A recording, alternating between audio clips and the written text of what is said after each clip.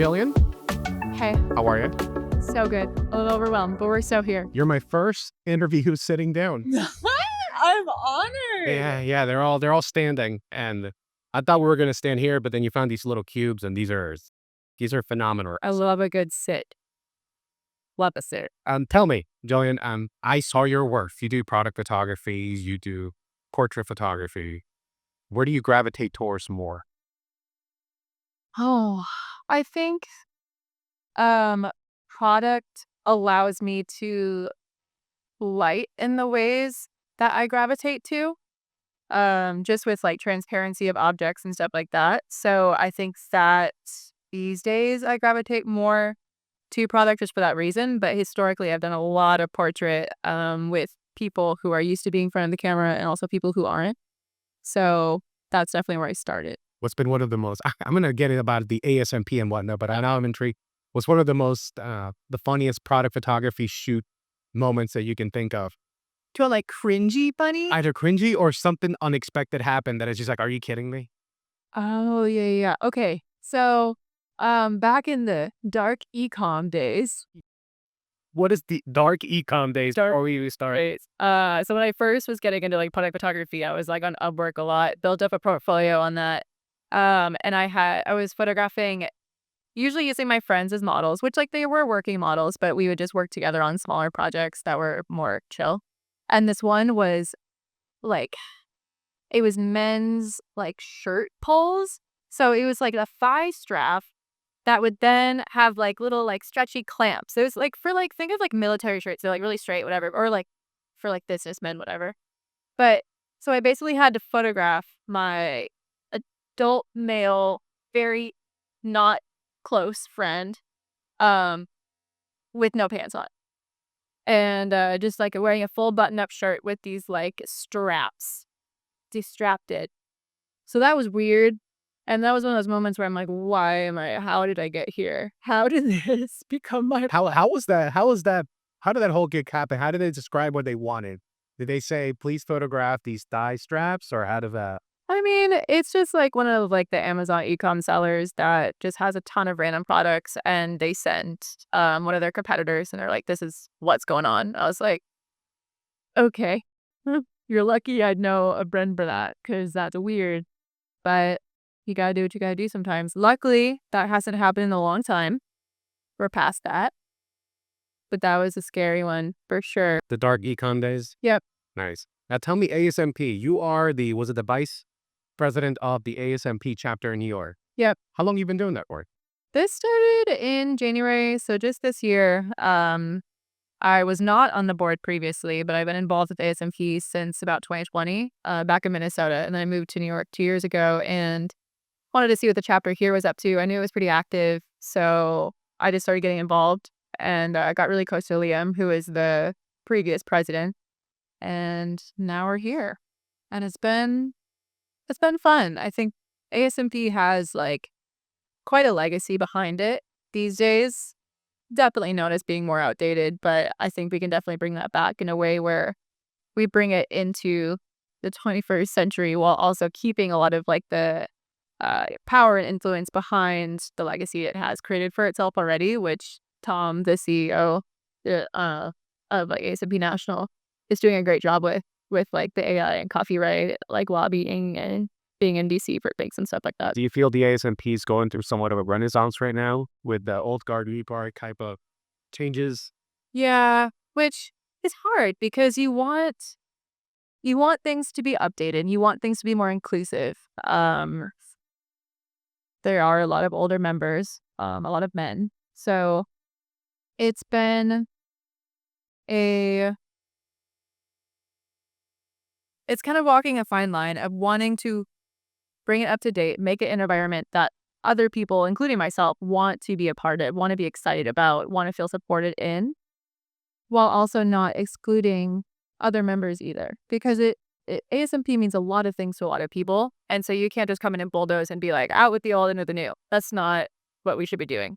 So it's trying to, update things in a way that also stays true to what ASMP has already created for itself. Especially that legacy, it's huge, right? Like it's the oldest, it's not, is it the oldest organization for professional photographers. Is that a true statement? I don't know. I think it is. I think Tom might have said it. No, I would said it. believe it. I mean, 80 this is our, like, 80th year, so it was formed right after World War II, so that's pretty old, especially with just, like there's a lot of newer communities, especially here in New York, for photographers, but nothing like that, nothing that stood that test of time.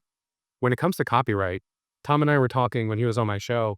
He brought up copyright as one of the topics, and I did not know the complexities of copyright and AI generated content, of how little information is out there. Maybe not little first, it's not a good way of putting it. Photographers not aware that when you're creating things with AI, a portion of whatever you're creating may not be protected by copyright law. How does that affect product photographers? Um, I mean, it's the Wild West right now for sure, but, um, when Adobe came out with Firefly and officially launched it for commercial use, saying it was safe to use for commercial use because all of their AI is trained on their stock images, which people opt into and they're licensed in that way. And then turn around and people were uploading other AI generated images into Adobe stock. So I don't think anything that's happening right now is going to be around. I think we're in the beginning stages. It's kind of the Wild West. I think a lot of clients that I've personally worked with are not investing fully in like completely AI um, like shoots or projects, but I do think we're definitely using it as a tool and it's really helping with workflow just in terms of even like Adobe's like generative fill and stuff. Clients are fine with that because that's not the entirety of the image. So copyright is not an issue with those things right now, which who knows? Um, but yeah, I don't think I'm personally not scared of it. I think we're definitely at the beginning of a new renaissance. Um, but I'm just really curious to see where this goes. It's interesting too, because we're going through this weird phase now where different generations are experiencing AI differently. And now we're hitting that weird point where even with a skilled eye, you can't tell what's real and artificially made. You think? It's getting to that point. I mean, certain generations are being more susceptible to it, but you give AI a year from now it's going to have the ability to get even better. And I'm just curious, as an artist, how do you feel about the fact that people are going to have a hard time figuring out what's real or what isn't? Yeah. Well, hands are getting better. I'll give you that. They finally have just 5 fingers. Sometimes. There's sometimes well not really. They're still weird. The pupils especially get kind of creepy. I have seen AI ads in the subway in other countries too, in New York. And I, as someone who usually can tell, I think it really tells on a company what they value. And I think this is a moment where you are also seeing kind of like the backlash of that, where people are really valuing the human-made products, and having that team of people that are providing human context to really bring something to life. It gives it a whole different feel. Does that work for like low-level marketing? I don't know. I think that's where you're seeing a lot of jobs lost to AI, but it's people who already didn't value photography to begin with. So I'm not too concerned about like my job. I'm concerned about uh, the future of transparency for like just the general consumer for sure. I hope we start seeing more with like Adobe's content credentials and other forms of like metadata that do mark and trace AI, along with copyright. I don't know why that already isn't more of a thing. It might be. I might see living under a rock. But what was it point I was gonna make about this? It's gone. Yeah. Point. Okay. Excellent. So I did. Um, do you feel that from the ASMP side versus other organizations, what do you think separates ASMP from some of the other ones, From what? like PPA or some of the other photography organizations? So, full transparency, I haven't spent much time with the other two. From what I know, PPA is much more consumer based. So, a lot of like wedding and like family photographers. And then APA, I believe, split off with ASMP at one point. And they are much younger. Um, Generally, there is a lot of overlap still, and we do work with them for some of our like community events. Like we have our Brain Trust program that we get together with like local members once a quarter, and our last one was with APA because a lot of our members are in both organizations.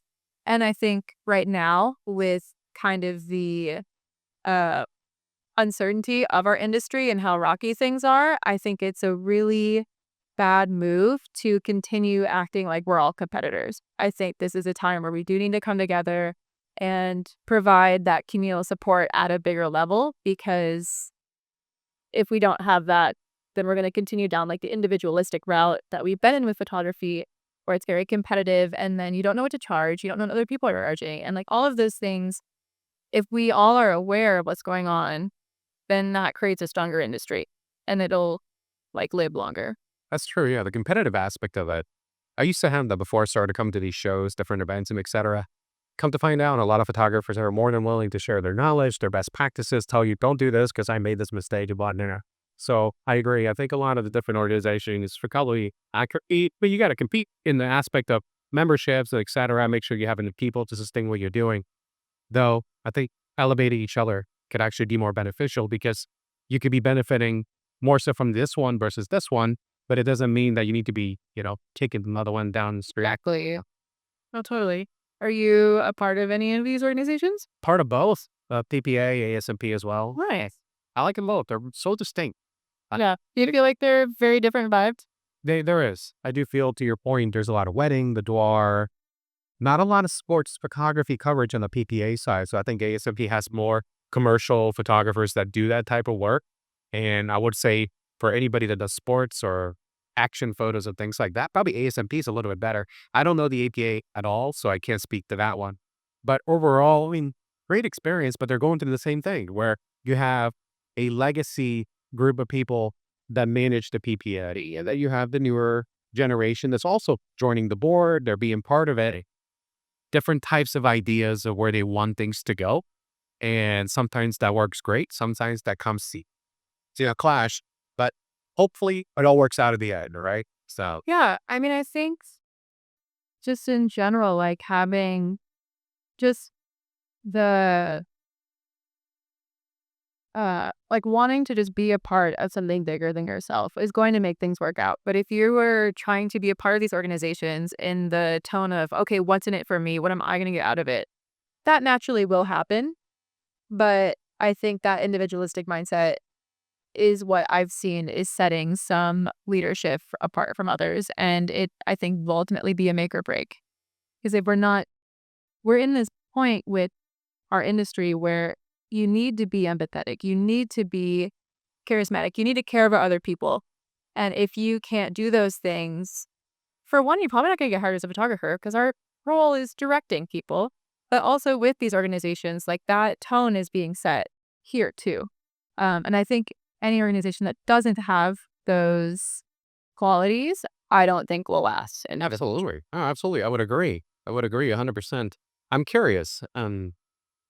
Did you always start out, like, I'm gonna say, except not as a baby, right?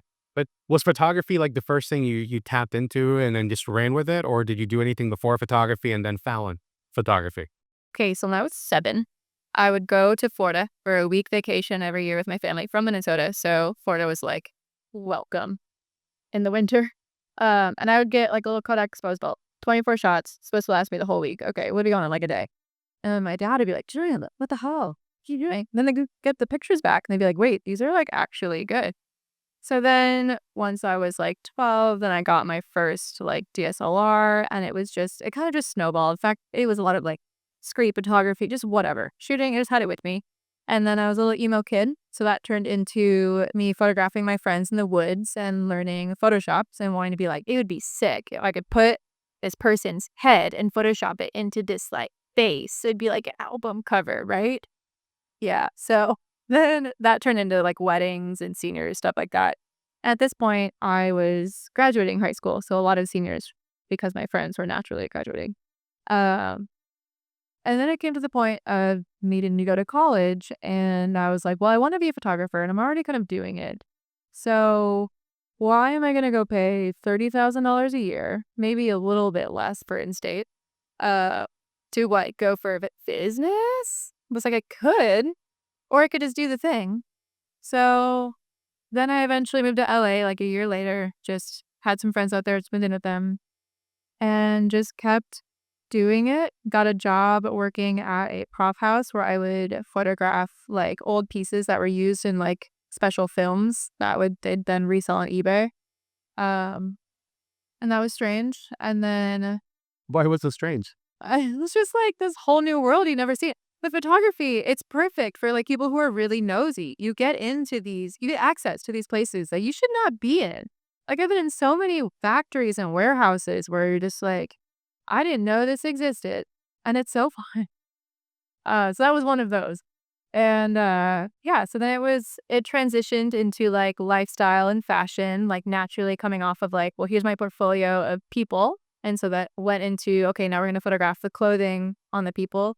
And then it started to niche down of like, okay, now put like a canned drink in their hand. And then now, okay, those jobs need e-com stuff. So I started learning the studio lighting. And it just transitioned into product and commercial work, which is where we are now.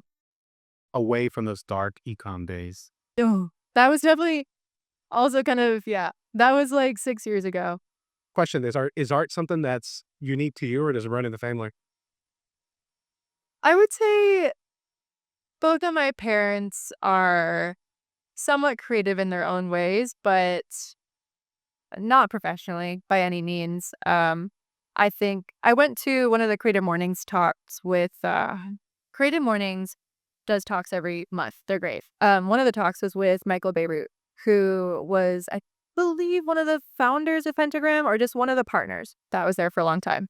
And his talk was incredible because he said this thing for the first time that really resonated, which was like, he was from the Midwest and he was a young teenager. He was diagnosed as a creative, meaning you start to see that in your kid, these creative tendencies, and then parents who maybe aren't as not influenced, aren't as fluent in that world are like, okay, what do I do with this?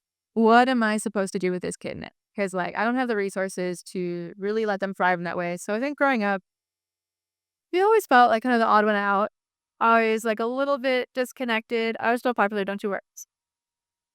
Uh, but it just always kind of felt like you had to like minimize the creative side and that side just wasn't encouraged. And I think it wasn't until really moving to New York where I finally found like other weird, kooky, creative people like me. And that brought so much confidence with it.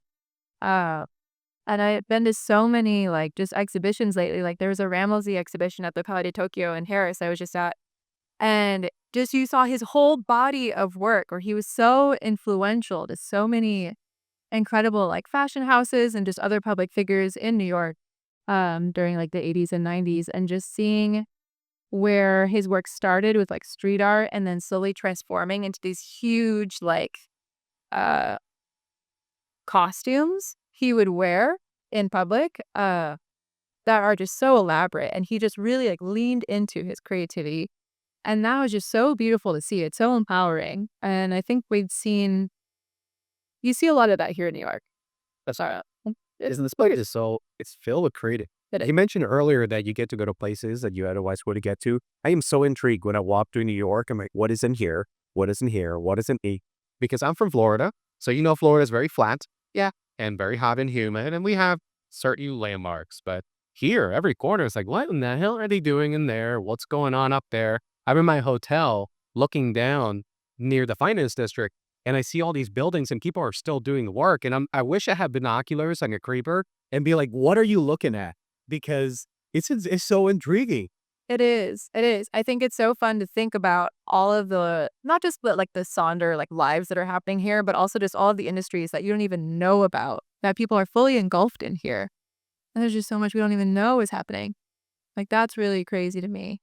But also cool. And there's so much like opportunity in that too. And you can just be so curious about any sort of avenue and you can just follow it forever here. Like there's so much like history and like community around whatever you're trying to do, which is crazy. I know, I know. Jillian, where can people find your work and where can they find information for your chapter of the ASMB? So my website is jillianlenser.com. My Instagram is Jillian Lenses, Jillian with a J. And asmp.org/New York is where you'll see upcoming events and local member benefits for our chapter. asmp.org is where you'll see things at a national level. Any exciting events in New York for the ASMP coming up? We have our summer rooftop party next month, July 24th. Members only, and we're inviting a bunch of VIPs who are going to be with local gear brands. B&H will definitely be there. ProPlayer is always there. Capture One. And then we do invite a lot of other local magazines and potential clients for our members too. So it'll be really fun. Yeah, sounds like fun. It'd be great to check it out. Will you be here? I might tweak a trip. So my wife and I may end up in New York in July, Magic Week. So Expense it. It's a tax write-off. everything's a business write-off. Everything's a business write-off. It's a legitimate business write-off. Hello. Legitimate business write-off. No, this has been phenomenal. I'm glad that we got a chance to talk at this really well-lit area. I'm sick. So I like the lady behind us who's She's still sitting. Yeah. Can you see her? I don't think so. I think my big body is mostly blocking her. That's good. And I kind of cut off the bottom part of B&H. But Just know it's there. The whole thing is there. Don't you worry. boom. Crazy if it was. Well, thank you so much. It was so I appreciate it. This was fun. Go sit down some more and relax and take a break. All right. Enjoy the show. Thank you.